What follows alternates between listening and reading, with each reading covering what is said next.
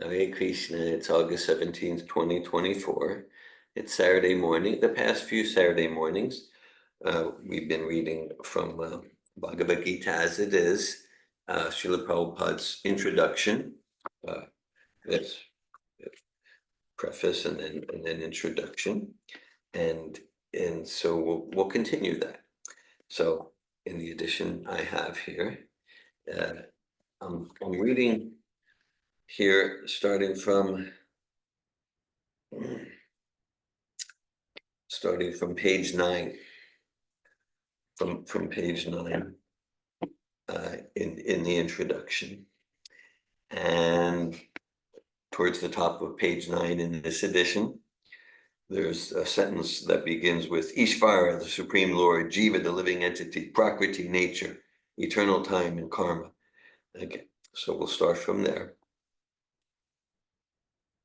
Om Jnanatirmirandasya Gyananjana Shalakaya Chakshurunmilitam Yena Tasmai Shri Gurave Namaha Shri Chaitanya Manobishtam Stapitam Yena Bhutale Svayamupakadamayam Dadati Svapadantikam Vandeham Shri Guru Shri Yuttapadakamalam Shri Gurun Vaishnavamscha Shri Rupam Sagrajatam Saganaraganatam Vitam Tam Sajivam Sadvaitam Savadutam Parijana Sahitan Krishna Chaitanya Devam Shri Radha Krishna Padan Saganalalita Shri Vishakan Vitamscha Hey Krishna Karuna Sindhu Dinabandhu Jagat Pate Gopisha Gopika Kanta Radha Kanta Namostute Tapta Kanchana Gaurange Radhe Vrindavaneshwari Vrishabhanusute Devi Pranamami Haripriye Panchakalpata Yubhyascha Kripa Sindhu Bhyevacha Patitanan Pavanebhyo Vaishnavebhyo Namo Namaha Jai Shri Krishna Chaitanya Prabhu Nityananda Shri Advaita Gadadara Shri Vasadi Gaura Bhakta Vrinda Hare Krishna, Krishna Krishna, Hare Hare, Hare Rama, Rama Rama, Hare Hare. Nama Om Vishnu Padaya, Krishna Prastaya Bhutale, Srimate Bhaktivedanta Swami Niti Namine, Namaste Sarasvati Devi Gravani Pracharine, Nirvishesha Shunyavadi Paschatya Desha Tarine. So, reading from Srila Prabhupada's introduction to Bhagavad-gita as it is. We're on page 9, these paragraphs starting with the words Ishvara, the Supreme Lord. And Prabhupada has just previous to this begun to mention about the 5 tattvas, the 5 subjects of Bhagavad-gita. And before that, he's speaking about Atato Brahma Jigyasa, the special opportunity in the human form of life is to inquire about Brahman, inquire about spirit. Spirit souls and other species, plants and animals, don't get to do that. They don't get to ask questions like, am I this body? What's the difference between me and the body? What happens upon the death of the body? What am I pretending not to know? Like that. So, who am I? What is the purpose of my life? The questions for other species are limited to eating, questions related to eating, sleeping, mating, and defending.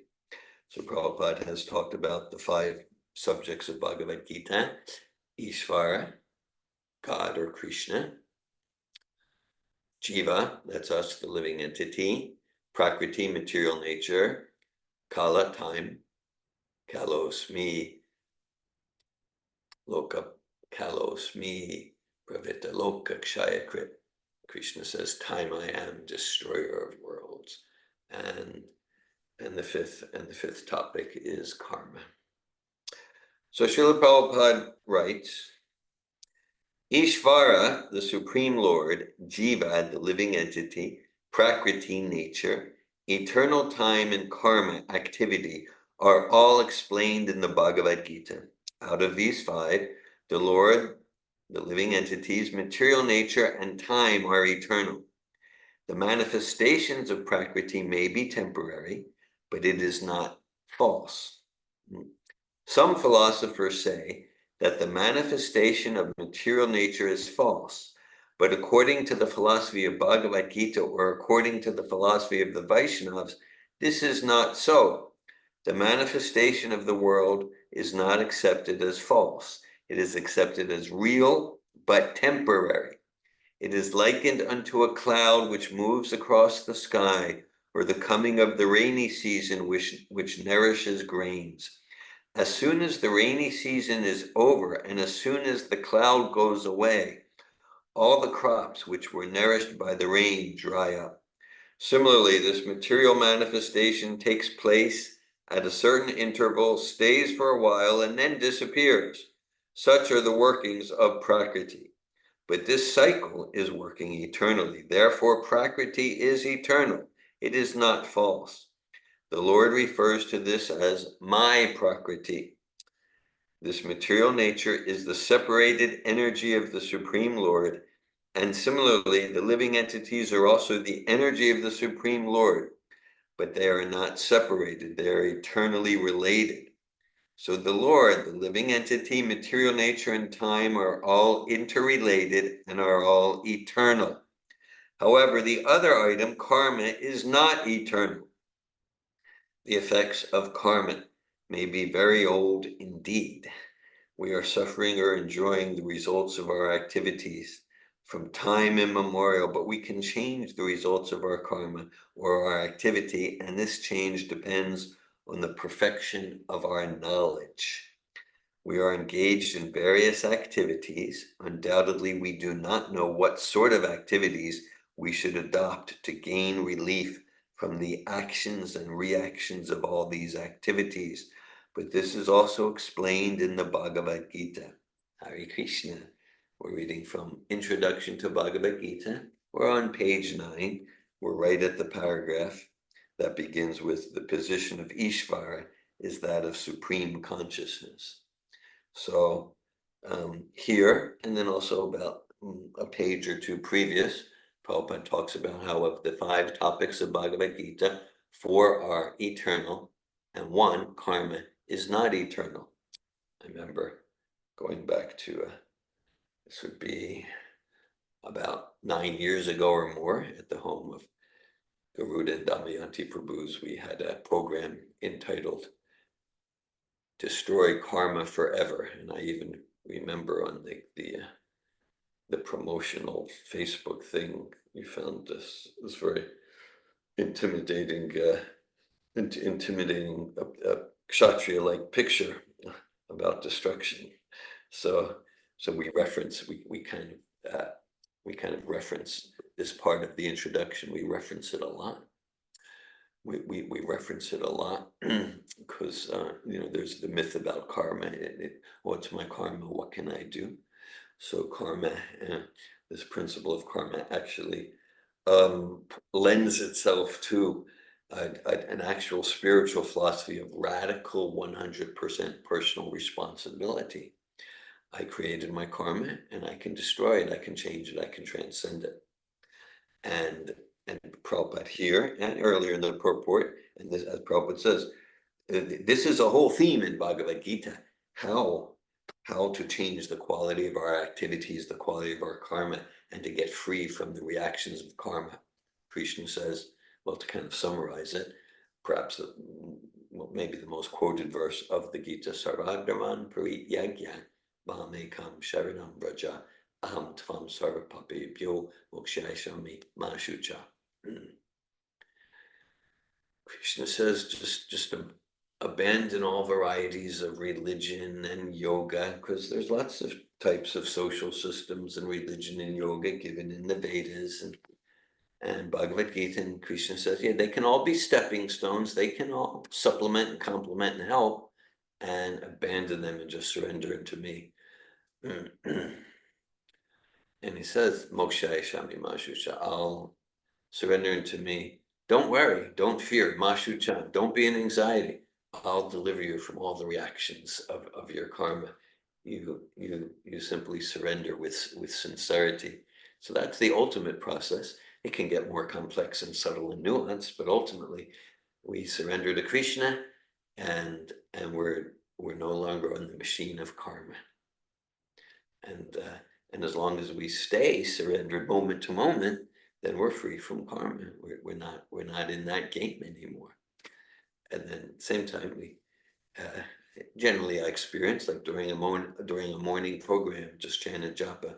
Before Mangalarti, I read some. I'm reading Prabhupada's transcribed lectures from Chaitanya Charitamrita. Like read that at 3:30 a.m. So I'm feeling, some joyful liberation from karma. But typically, hopefully not today. There is no hope. There's only me. I know. So, but then typically as the day goes on, then I reconnect with the machine of my psychophysical nature and the machine of karma and my past activities and like that. Okay, so this whole thing of karma, this is quite a major theme, both chapters 3, 4, and 5. It's really they're just practically every verse is directly about the karmic cycle and the process of freedom. So in the 4th chapter of Bhagavad-gita, Krishna describes there's karma, vikarma, and akarma. Karma, vikarma, and akarma. So karma, that's like we're kind of acting according to our psychophysical nature, like maybe according to the regulations of Shastra. There's a text in the 16th chapter of Bhagavad-gita. Yas Shastra vidim utsrija vartate kamakarata. Na vartate kamakarata. It's the karma, the same root, karma. Nasa siddhim avapnoti. Nasa siddhim avapnoti. Nasukam na param gatim. So Krishna says that if we're not acting karma,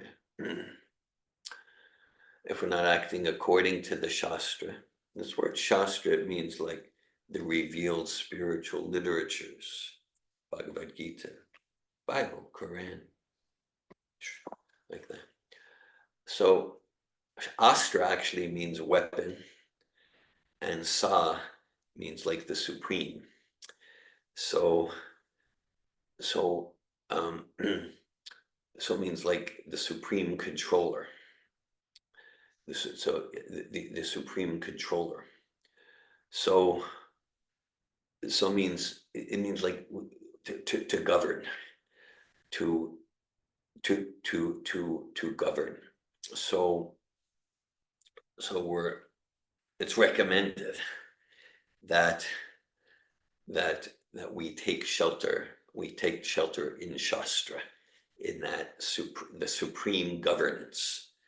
Okay, just like the king or the government uses astras, uses different weapons to control and rule over and conquer.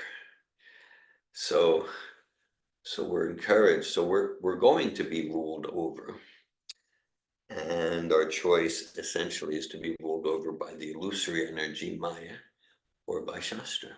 Ruled over by Maya or by Shastra. Shastra means we're agreeing to be surrendered servants of the supreme government of Sri Krishna. So that's Shastra. And we act according to our psychophysical nature, according to principles of goodness. Then we're acting in karma. We're acting according to the principles of material karma, but we're doing it in a way where we're gradually moving towards liberation. We're moving towards sattva. Earlier in the introduction, Prabhupada began to speak about the 3 gunas, tamas, or inertia, rajas, or activity, and sattva, or enlightenment. And of course, as Bhagavad-gita goes on, the whole 14th chapter is called the modes of material nature. So it's another major theme: karma, guna, kala, time, like that. So that's kind of it's like karma in a positive way. It's karma. Maybe we we do our career and our job responsibly, and we're virtuous and truthful and like that.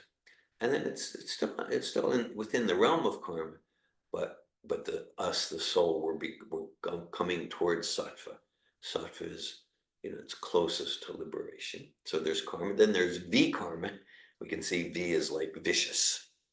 Vikarma is we're acting, and whether it's in the way we speak, or the way we earn money, or the way any field of life we want to choose, and it's not according to any sattvic or shastric regulation. Then we're just entangling ourselves more and more deeply, probably setting up going down to some lower species of life, maybe snake species or whatever it is. Tanahan drishata kruran samsareshu niradamam disam abhasham asurish veda yonishu. Krishna describes that whole, when we act in vikarma, trividam narakashedam dram nashanam atmana kama kvodas tatalobas tasmade tat trayam chajet. Krishna says, when we're just allowing ourselves to be controlled by lust, anger, greed, that's the vikarma. Okay, so there's karma, there's vikarma, and that same verse in the 4th chapter of Bhagavad-gita, Krishna talks about akarma. Akarma, that's a synonym for bhakti. Akarma means we're act because we're going to act. That's 3rd chapter of Bhagavad-gita. Krishna says whether you're conditioned or enlightened or whatever, you're going to act.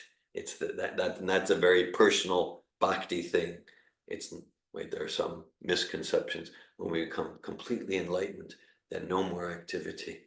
No, the nature of the soul is going to act, and we're going to act in karma, vikarma, or akarma. We're going to act in ignorance, passion, goodness, or transcendence. That's our choice. We're going to act. It's the nature of the soul to serve, to seek happiness, to seek knowledge, to seek eternity, to serve, to relate. Okay, these are all it's the nature of the soul. So akarma, that means we're acting in a way where we're not in any way creating more material karma. And basically, that means bhakti. That's a synonym for bhakti. So karma can be changed. It's, in one sense, it takes away our excuses. It's my karma, what could I do? And in another sense, it's very encouraging, because maybe we all feel trapped by this. Oh, I got this nature, I'm so envious, I'm so lazy, I'm so complacent, I'm just naturally so insecure and fearful, and I can't do devotional service because it's my karma and the way I was raised, and we got all this stuff. So the actual philosophy of karma takes our excuses away, and it's also very empowering. And the way we bring this into like the Facilitator programs, what Prabhupada's saying here, to change our karma, transcend it.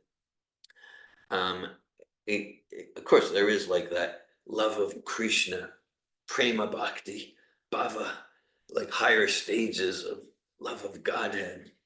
But Prabhupada's not emphasizing that. All he's saying is sattva, cultivate knowledge, right? And this is we go here all the time, like every coaching session, okay? Let's say it's in the realm of communication, and kind of, well, yeah, in this relationship, I would just, yeah, that's what you think. Well, you're wrong about this. Or I would react, or I'd go in my cave and I would just escape, or I would try to be superior and hold on to resentment or like that. All right, but then I raise knowledge. Oh, here's what's happening for me. I'm scared about this. Okay, I'm going to choose a different response. First seek to understand, then to be understood.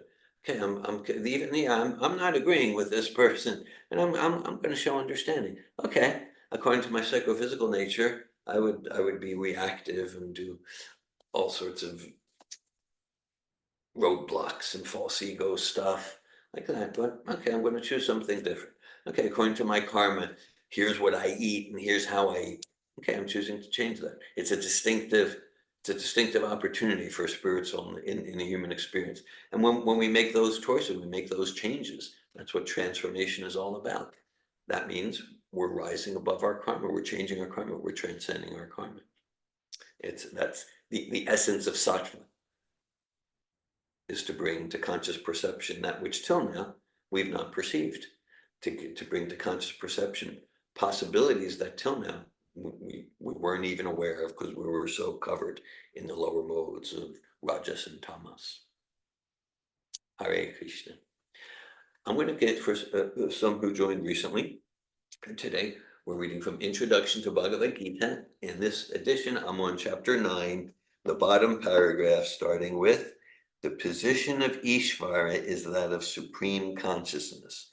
The jivas, or the living entities, being parts and parcels of the Supreme Lord, are also conscious.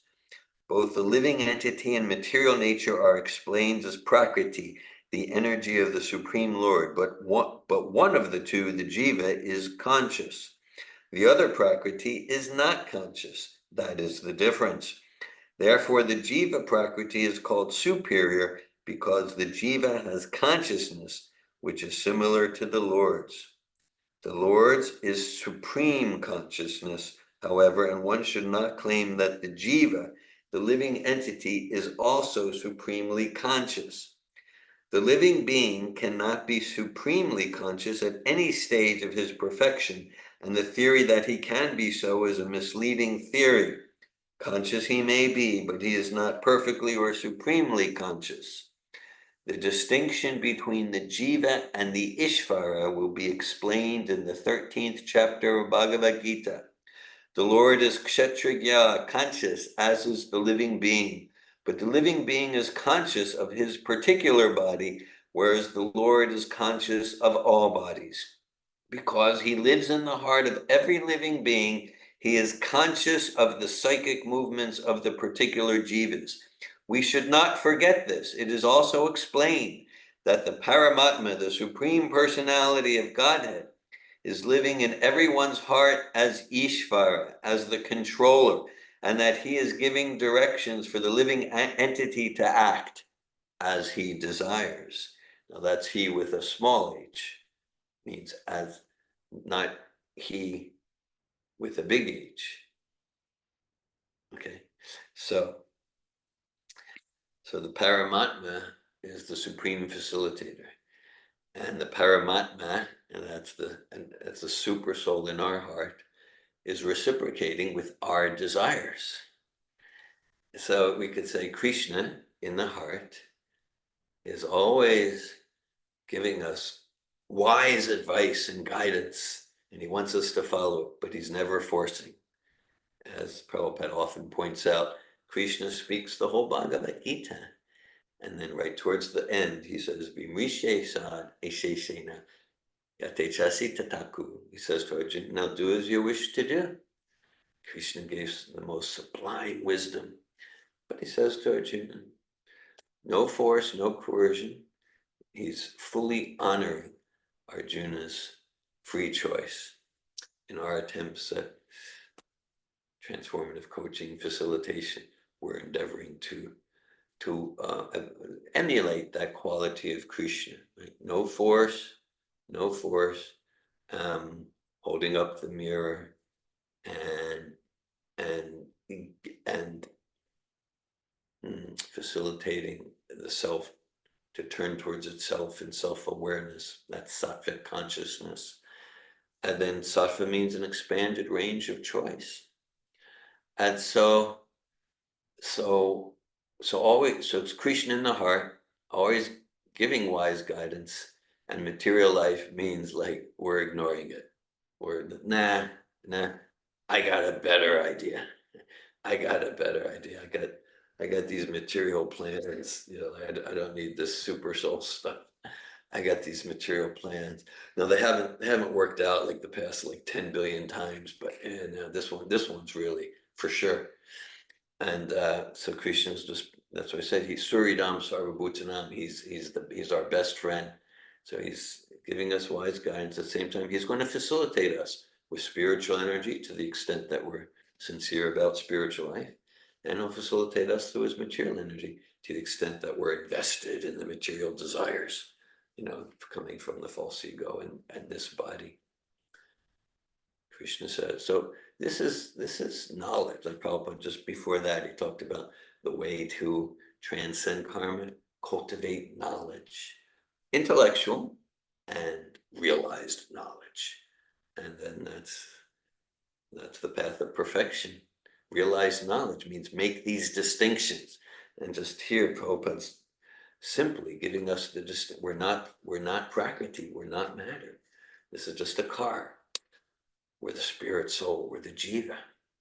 Okay, then there's some philosophies. They don't make a distinction between the jiva, the atma, and the paramatma. No, we're not the supreme personality of Godhead, just like as an analogy often used by Srila Prabhupada.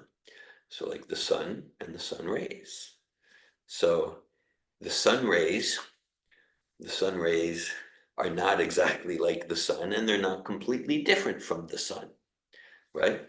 Right. So the sun rays share some of the same qualities as the sun. They're illuminating and they radiate heat and light like the sun. Okay, but they're not exactly the same. The sun is this vast stellar body, 1.4 million times the volume of the earth, and the sun ray is submicroscopic like light. So simply, we're eternal, we're full of bliss, we're full of knowledge, as is Sri Krishna, Supreme Personality of Godhead. So we're not completely different from Krishna, and we're not exactly the same. Okay, Krishna is like the sun globe. Okay, and then there's more distinctions between Krishna, Bhagavan, and Paramatma, super soul in the heart. Okay, and but essentially, Ekaleshvaras, Krishna Arasabha Brichya, Jivara Srupahori Krishnera Nichidas, Krishnera Tatasta Shakti, Beta Beta Prakash. So our nature is not to fall under. Our nature is to, as the jiva, the infinitesimal spirit soul. Our nature is to serve the sun globe, to serve Krishna. And then we surrender to that, and we're free from karma, and we're free, and we're happy, and we resist that reality. Then we're allowed to do it. We're allowed. We got that freedom, and then there's the material miseries, which aren't meant just like to sadistic punishment. They're meant to like move us to like wake up to your real nature as a servant of Krishna. The super soul, that's another major theme in Bhagavad-gita. Krishna says, one of the seed verses in Bhagavad-gita, chapter 10, text 10, Tesham satata Tesham satata yuktanam bhajatam pritipurvakam tadami buddhiyogam tam yena mamupiyanti te. Krishna says to Arjuna, and Arjuna is a real historic personality, and he's also representing us, the jiva, the bewildered jiva soul. And Krishna says, that to those who are sincere to serve me, I give the intelligence by which they can come to me. So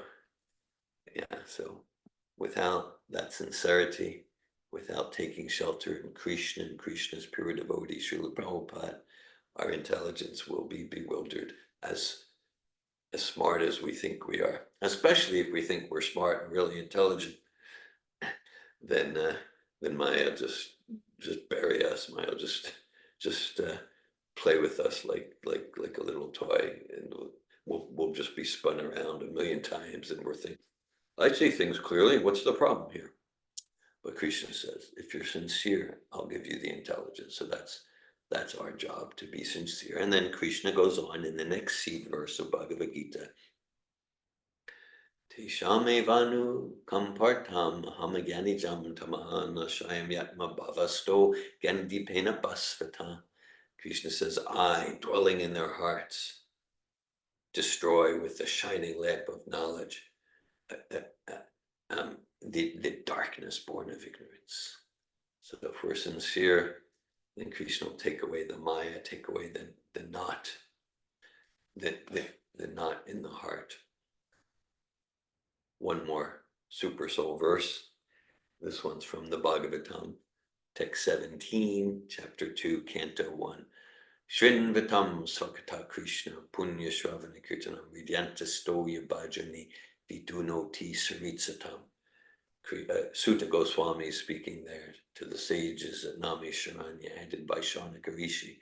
He says, Sri Krishna, the personality of Godhead, who is the Paramatma super soul in the heart of all living entities, and the benefactor of the truthful devotee, personally cleanses the heart from material desire for the devotee who has developed the urge to hear his messages, which in themselves are virtuous when properly heard and chanted. So Krishna wants our happiness. Happiness is like synonymous with purity. And as long as I'm holding on to impure thoughts, habits, emotions, I'm giving myself no chance of bliss and peace and real fun and playfulness. No, because I'm too attached to all of that which blocks it. Just the fear, the jealousy, the insecurity, the hatred, the self-loathing, etc., etc. So Krishna wants that for us. He wants our purity and our peace and our bliss. So he says that if we just develop some urge to hear Bhagavad-gita, Srimad Bhagavatam, then Krishna will come towards us a million times and personally cleanse our heart from the dirt. And he does that. He can do that in so many ways. And one way he does it through the super soul. I'll read a bit more, and then I'll be glad to hear any sharing, questions, comments anyone would like to share. So we just read the sentence on page 10 in this edition. Because he lives in the heart of every living being, he is conscious of the psychic movements of the particular jivas. We should not forget this. It is also explained that the Paramatma, the Supreme Personality of Godhead, is living in everyone's heart as Ishvara, as the controller, and that he is giving directions for the living entity to act as he desires. The living entity forgets what to do. First of all, he makes a determination to act in a certain way, and then he is entangled in the acts and reactions of his own karma.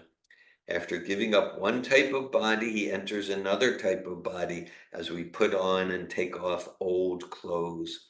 As the soul thus migrates, he suffers the actions and reactions of his past activities. These activities can be changed when the living being is in the mode of goodness, in sanity, and understands what sort of activities he should adopt. If he does so, then all the actions and reactions of his past activities can be changed. Consequently, karma is not eternal. Therefore, we stated that of the 5 items, Ishvara, Jiva, Prakriti, time, and karma, 4 are eternal, whereas karma is not eternal. The supreme conscious Ishvara is similar to the living entity in this way. Both the consciousness of the Lord and that of the living entity are transcendental. It is not that consciousness is generated by the association of matter. That is a mistaken idea. The theory that consciousness develops under certain circumstances of material combination is not accepted in the Bhagavad-gita. Consciousness may be pervertedly reflected by the covering of material circumstances, just as light reflected through colored glass may appear to be a certain color, but the consciousness of the Lord is not materially affected. Lord Krishna says, Maya Dyakshena Prakriti. When he descends into the material universe, his consciousness is not materially affected. If he were so affected, he would be unfit to speak on transcendental matters as he does in the Bhagavad-gita. One cannot say anything about the transcendental world without being free from materially contaminated consciousness. So the Lord is not materially contaminated. Our consciousness at the present moment, however, is materially contaminated. The Bhagavad-gita teaches that we have to purify this materially contaminated consciousness. In pure consciousness, our actions will be dovetailed to the will of Ishvara, and that will make us happy. I'll read that sentence again. In pure consciousness, our actions will be dovetailed to the will of Ishvara, and that will make us happy. Just Ishvara is the name of Krishna. The first text of Brahma Samhita. Ishvara Parama Krishna. Krishna is the supreme controller. We're all controllers. I'm a controller, you're a controller, right? I'm controlling this computer right now, or we control some money in a bank account, or maybe we control, or we're under the illusion of control. We control some people in our household, or we control the car, right? We all have a sphere of control. We all have some sphere of control, okay? And so like we're little gods with a small g, and Ishvara Parama Krishna. Krishna is the supreme controller. Okay, we all have some sphere of control, and we're all controlled.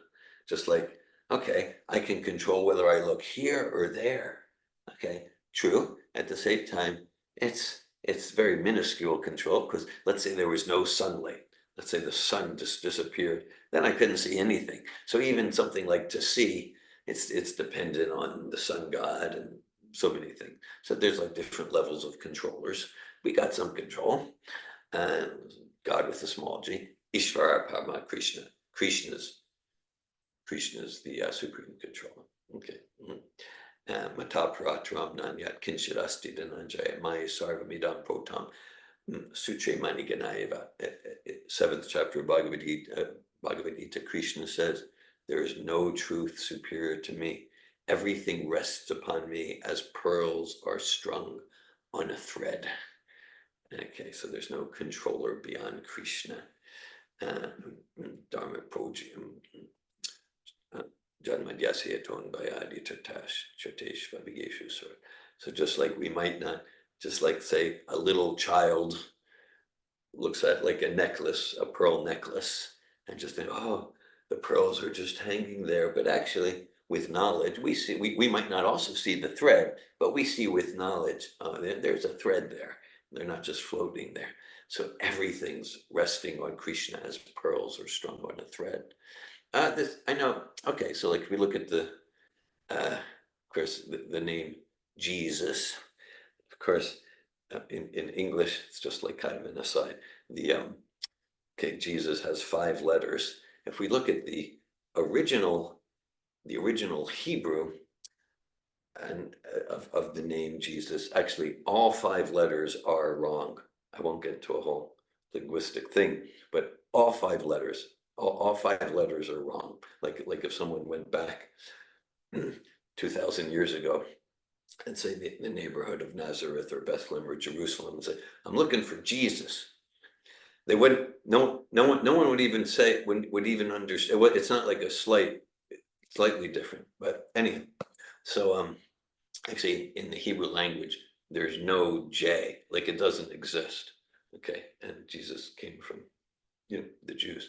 So it couldn't be pronounced that way, but everything else is wrong too about it. So interesting. But anyhow, like in Arabic, they call the name for Jesus is Isha. Okay, so it's the same as like Ishopanishad, Ishvara. So it's actually a name of God. It's actually a name of God. I'm saying it's like it's like the same root as this Ishvara. Just an aside that came to me here. Okay, so when us God with little g, small Ishvaras, when we decide, let me serve the ultimate Ishvara, Sri Krishna, then we're happy. And then we're happy. Okay, so Prabhupada goes on, and he says the distinction between the Jiva and the Ishvara will be explained in the 13th chapter of Bhagavad-gita. The Lord is Kshetrigya, conscious, as is the living being. But the living being is conscious of his particular body, whereas the Lord is conscious of all bodies, because he lives in the heart of every living being. Oh, we read that part. Okay. So activity, I'm reading towards the bottom of page 10. And Prabhupada writes, so the Lord is not materially contaminated. Our consciousness at the present moment, however, is materially contaminated. The Bhagavad-gita teaches that we have to purify this materially contaminated consciousness. In pure consciousness, our actions will be dovetailed to the will of Ishvara, and that will make us happy. It is not that we have to cease all activities. Rather, our activities are to be purified, and purified activities are called bhakti. That's a way to define bhakti, purified activities. Activities in bhakti appear to be like ordinary activities, but they are not contaminated. An ignorant person may see that a devotee is acting or working like an ordinary man, but such a person with a poor fund of knowledge does not know that the activities of the devotee or of the Lord are not contaminated by impure consciousness or matter. They are transcendental to the three modes of nature. We should know, however, that at this point our consciousness is contaminated. Now, Prabhupada wrote that, yes, Srila Prabhupada talks, he says, it is not that consciousness is generated by the association of matter. That is a mistaken idea. The theory that consciousness develops under certain circumstances of material combination is not accepted in the Bhagavad-gita. See, in the second chapter of Bhagavad-gita, at one point, Krishna kind of plays devil's advocate. He says to Arjuna, this is like text 25, 26, 27 of chapter 2. He says, look, Arjuna, even if you think, like in modern consciousness studies, the physicists, they'll use the term epiphenomenon. Epiphenomenon means that consciousness, well, some say consciousness doesn't exist, it's just an illusion. Or consciousness exists, but it's an epiphenomenon of matter, meaning that when there's combination of different material subatomic particles, then consciousness, poof, comes out. So Krishna says to Arjuna, even if you think consciousness is an epiphenomenon, still, and then he gives arguments, still you should act according to your dharma and fight this battle and not run away to the forest. So Krishna goes there. Then of course he exposes the fallacies of that philosophy. One basic thing, because the kind of like, oh, there is no consciousness, or there's no, or if there is a consciousness, it's just an epiphenomenon of combination of it, and that's seen as, oh, that's very progressive and intellectual and scientific. But like if you think of science, science essentially means like you can experience it. Right? It means like, okay, there's a logical hypothesis, and then there's an experiment you can do to experience it. So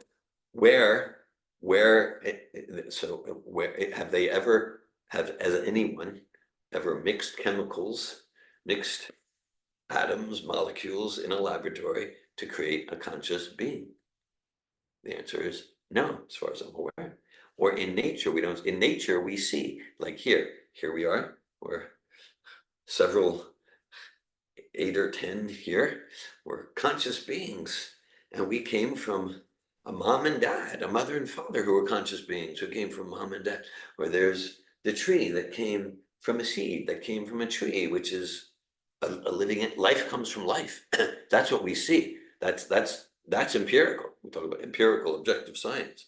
No, so if we look at just our empirical experience, trillions and trillions of examples of life coming from life, zero examples of life coming from death, life coming from dead matter. Still, Maya Paritagyana, the illusory intellectual conception is, yes, life came from dead matter in a primordial soup. No, there's no scientific examples of that. And we have so many examples, countless, of life coming from life. Okay, so we read through the, we're on page 11 of the introduction. And I'll pause there. I'll pause there. If anyone would like to ask any questions, share any comments or realizations, doubts, Hare Krishna. Thanks for listening to Bhagavad-gita. Hare Krishna, thank you for class. 2 questions. One is, will you tell us the original name of Jesus? Okay, sure. I'm not claiming to have the perfect pronunciation, because actually there's one letter in there that kind of the English Western throat doesn't do, but it's essentially it's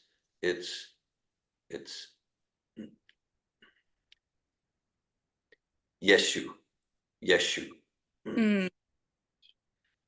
And then between like the sh and the u, there's this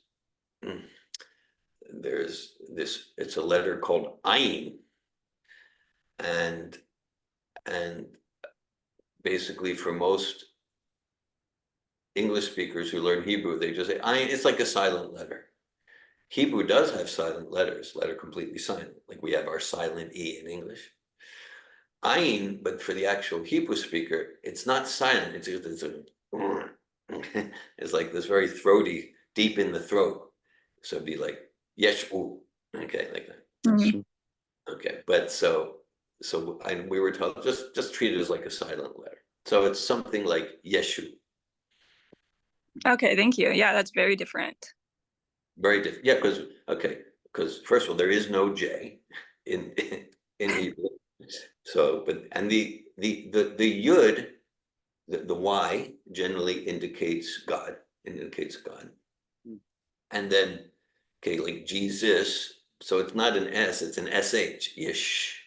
Okay, and similarly the E and the U, and so all 5 letters are actually not accurate. But I'm sure if someone chants Jesus with heartfelt devotion, Jesus and Krishna notice that. So I don't want to get into too much intellectualization, but it is an interesting point. Thank you. Thank you, Valerie. My second question is, you mentioned sincerity a couple of times, and sincerity has been something I've been thinking about and meditating on, and I'd love to hear from you, what is sincerity? And also, what is the importance of sincerity? So you were kind of touching on that, but I would love to hear. Okay. I mean, thanks for asking. I'll be glad to hear the realizations of others. I know, like sincerity, it's kind of like, I see it as like axiomatic in the sense of, for me, I'm challenged to kind of break it down. It's like honesty, but not necessarily just about like telling the truth, but like internal.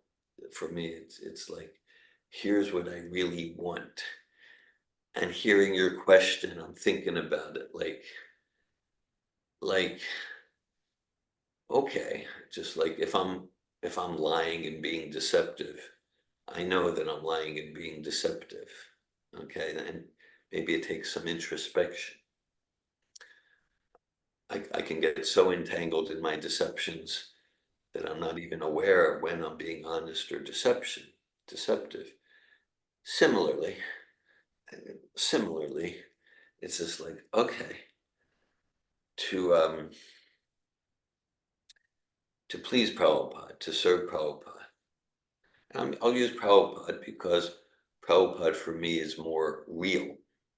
I can say to please Krishna or Lord Balaram, but for me, Srila Prabhupada is just more real in a personal sense. I have more faith and trust in Srila Prabhupada. And that's what it means. Prabhupada's my current link. I get to Krishna through. So do I want to please with Prabhupada? And like, so then I know when I'm sincere or when I'm faking it or just putting on a show or a hollow shell of, yes, of course, I want to serve Prabhupada's mission. at the same time, I appreciate the opportunity for introspection from your question. That, it's definitely not. It's definitely not like yes or no, black or white. It's definitely a continuum. It's definitely a continuum. And so, at different times, I'm experiencing myself as yes, that's really what I want. That's really what I want. At the same time, even in those times, if I were to unpack my heart more fully, how much am I truly ready to surrender my my body and my material image and like that? How much am I truly ready to surrender? And I can see like let's not get too carried away with yourself, dear Govinda Das, about how sincere you are. That means like yeah, that's earnestly, that's what I want. Another way is like our yes, I really, really mean it. Thank you, Anandini. And then just to Mhm. emphasize that point, that even when I'm relative to myself, I really, really mean it. I know I could take a step back and I could see, oh, there's this whole part of my heart and consciousness that I'm not ready to surrender. That I'm not ready to surrender. And so, 100% sincere. Yeah, I mean, I like that. And my actions reveal my sincerity. So here I am. Here we are on a Saturday morning, about 9 a.m. Eastern time. It's a Saturday morning. There's other things we could be doing, and here we are giving our attention to Bhagavad-gita. So we must have some sincerity. We must have some sincerity. Okay. And then as the day goes on, maybe I'll be doing some things that indicate like, yeah, there's things I want. There's things I'm sincere about. We're always sincere about something. How much are we sincere about bhakti? And then we can look at our actions and that reveals our sincerity. So and thanks for your comment on chat, Nandini. That's what comes to me. Thank you. Yeah, I'm hearing that it's like it's honesty, it's like really meaning what we say, and then that's shown through action too. And I experience like there's like a purity to sincerity that I experience. And I'm wondering like the importance of sincerity. I mean, to me, I know sincerity is important, but I like want to hear it in words. And I think that why I think it's important, or I guess how do I word this? Is it important because it shows like really what our true desire is, and so therefore like Krishna and Srila Prabhupada are reciprocating with what we're really desiring. Yeah, I like how you put that. I like how you put that. Yeah, it shows what our true desire really is. Even I talked about morning program. So yeah, I got up early and I chanted. So I'm showing sincerity. At the same time, okay, I also showed lack of sincerity. During my chanting, I allowed my mind to go to all sorts of non-bhakti places. Okay, so it shows like my sincerity is far from pure. I appreciate that, Valerie. It's sincerity goes hand in hand with purity. Purity means our desire is one with Krishna's desire, and that's what Prabhupada said that here. That the jiva's desire is one with the Ishvara's desire, and so yeah, I mean like that's what a pure heart means. I'm giving up the envy, the lust, the greed, the madness, the envy, the attachment, the material attachment. And I just want to please Krishna and Krishna's pure devotee. That's what a pure heart means. And since we're going there in the discussion, I thought to read this 10.10. I quoted it, chapter 10, text 10, and just it's the exact translation is Krishna saying, to those who are constantly devoted and worship me with love, I give the understanding by which they can come to me. So Krishna's, the way I see these things, to one who's pure and sincere, you purely want me, you want service to me, I'll give you the intelligence of how to constantly engage in service if that's what you really want. So like yeah, if yeah, it's practically synonymous with purity. And if I'm keeping impure habits in thought, in speech, and in action, then it's a sign I'm sincere about something other than pure bhakti. Damayanti, you had a comment? Yes, Hare Krishna, thank you for the class. I'm just thinking about like have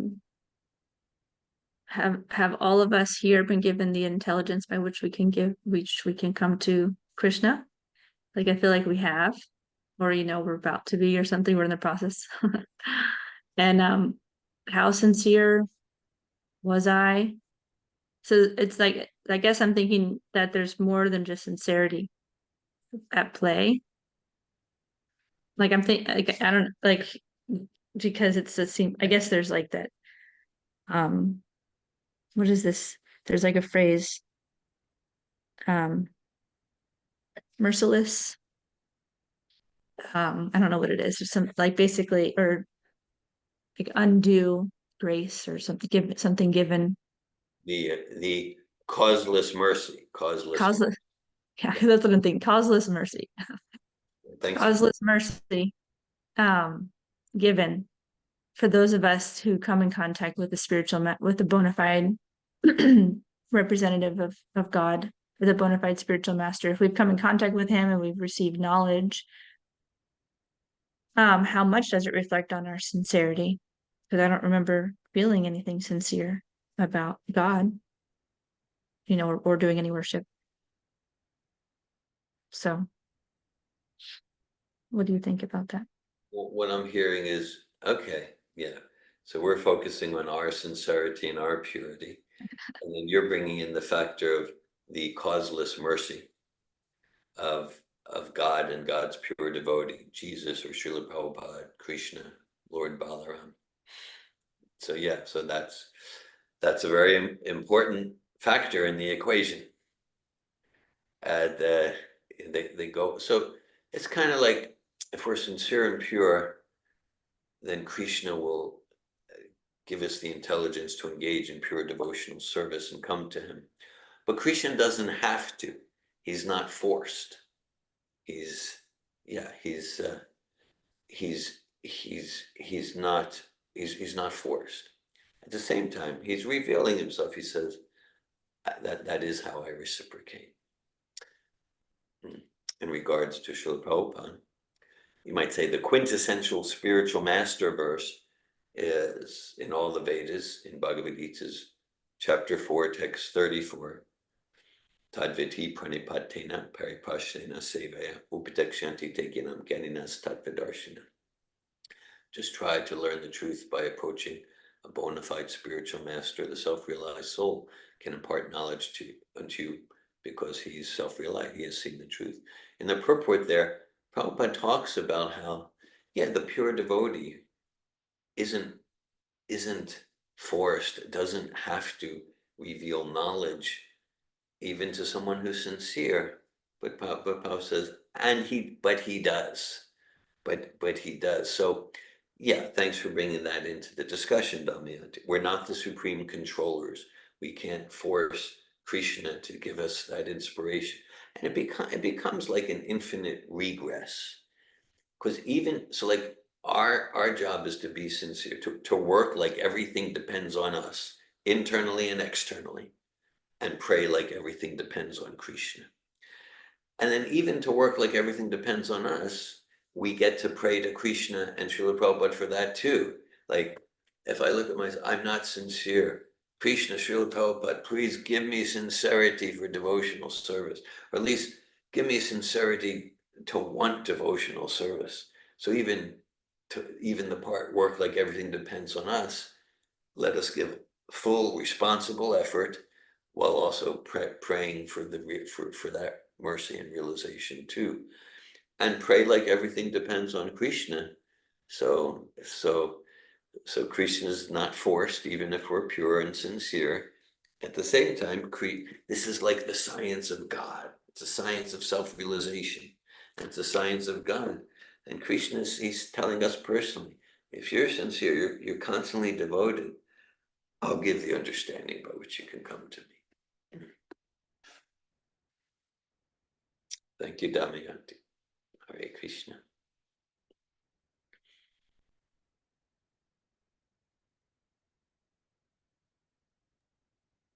Hare Krishna. Hare Krishna, Nandini. Thank you for the class and the questions. It's very encouraging and strengthening to hear. I have a question about Super Soul, because in yesterday's class, Ladini Shakti, she shared that, so Krishna in our heart, Paramatma, he has the form of four-handed Vishnu. Yeah. And then at one point, that's replaced by Govinda. That's what I remember from what she shared. So I never heard or read that before. So Ladini is not here. I was curious to hear from her, but maybe you or someone else here has can say more about it. So you're asking about the super soul, because Paramatma, we read a lot about Paramatma today. Yes. Yeah, the super soul. Okay, so typically, and Antarasta, Paramanochantarastam, we see images and we read about super soul appearing like as in a four-armed Vishnu form, and there's like at least 24 types of forms and with different symbols and like that. So that's typically how super soul appears in each atom and in the heart of all living entities. At the same time, Krishna is not limited. There's yes. So like text 38 of chapter 5 of Sri Brahma Samhita, I think that's a verse from, it's a song by Lord Brahma that I think directly addresses the discussion. Maybe you're familiar with that verse. So Lord Brahma, he sings, Premanjana Charita Bhakti Vilochanena Shanta Sadaiva Ridayeshu Vilokayanti Yam Shama Sundaram Achintya Guna Svarupam Govinda Madi Pusham Tamaham Bhajami. I worship Govinda, the primeval Lord, who is Shama Sundar, Krishna himself possessing innumerable transcendental attributes, and whom the pure devotees see in their heart of hearts with the eyes of devotion tinged with the salve of love. So Brahma is saying that Krishna is not limited. I can only appear in the heart in the four-armed Vishnu form. So for the pure devotee, Krishna is appearing in the form of Shama Sundar. Yam Shama Sundar Machintu Shamam Chibanga Lalitani Ata Prakasham Govinda Madi Pusham Tamaham Bhajam. He appears in the form, his graceful threefold bending form of Shamba Sundar playing the flute is eternally manifest in the heart of the pure devotee. So Krishna is personal, and for the devotee who truly wants him to appear in that form, Krishna is fully capable to appear in that form. He's not limited. He can, to a devotee of Ramachandra, he can appear in the Ramachandra form. So that's my understanding with some Shastric reference. So thank you. I have more questions. So that my understanding is that so Paramatma is a representation of Vishnu, like who's in charge of the material energy. So that's why Paramatma is the one who directs, and he can direct us so that our desires are fulfilled or not fulfilled. Yeah. And so a pure devotee is directly under Krishna's guidance and no longer under Paramatma's guidance. Yes. So a devotee is no longer under the material energy, directly under Krishna's guidance. Yes. And so I guess what I feel sure to say is devotees no longer under the mechanical laws of the material energy. And Krishna can guide the devotee through Paramatma, through whatever energies Krishna chooses. Krishna can even if someone becomes pure, Krishna can still use their past karma to help accelerate them on the path of bhakti. And this gets a little intricate. Okay, so Krishna can use the energy of karma. Krishna can guide through the pure devotee, through Paramatma in the Vishnu form. It's a personal reciprocation. It's a personal reciprocation for each devotee. But yeah, so Paramatma is the supreme facilitator, but Paramatma is not limited to facilitate through material energy. Paramatma can also facilitate through spiritual energy, like that. And so Krishna can guide and direct through the Shamasundar form, through a Vishnu form, through some residue of karma. An example of that, the 5th canto of Srimad Bhagavatam, the story of Bharat Maharaj. He got attracted to a deer, developed a little cute pet deer, right?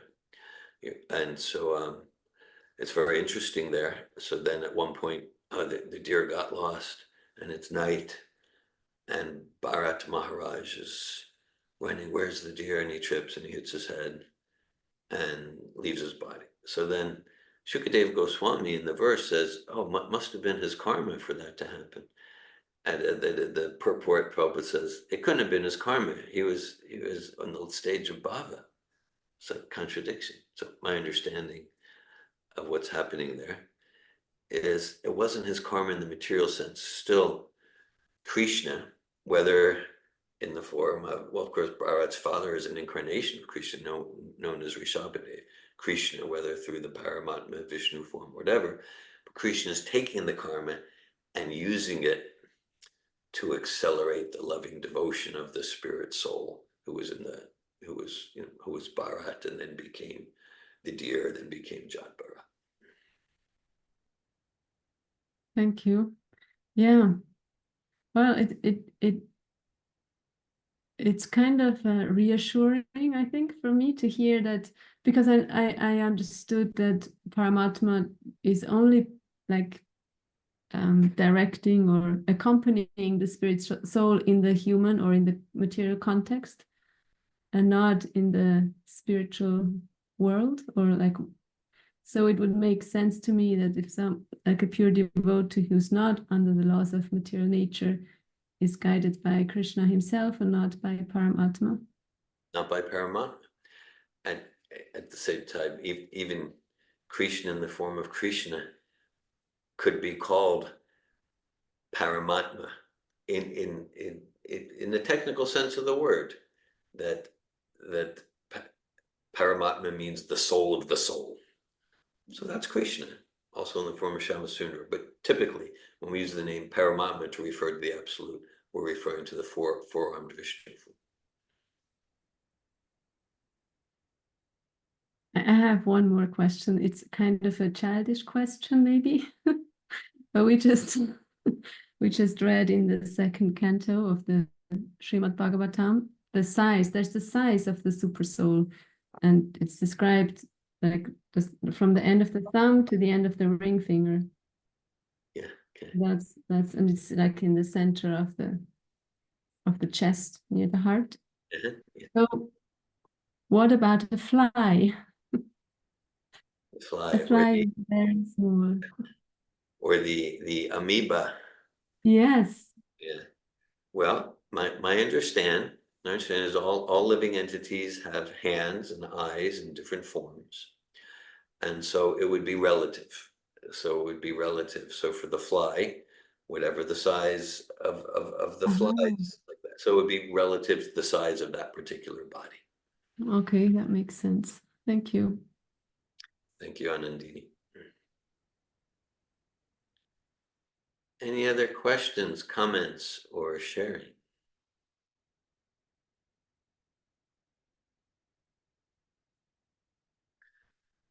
Okay, we'll also also have a morning program tomorrow, and then on Monday is Lord Balaram's Appearance Day. Here Eastern Time will start at 10 a.m. Naveen Krishna Prabhu will lead class for that. Class probably starts around 10:30 a.m. Eastern on Monday, and tomorrow we'll have our standard 5 a.m.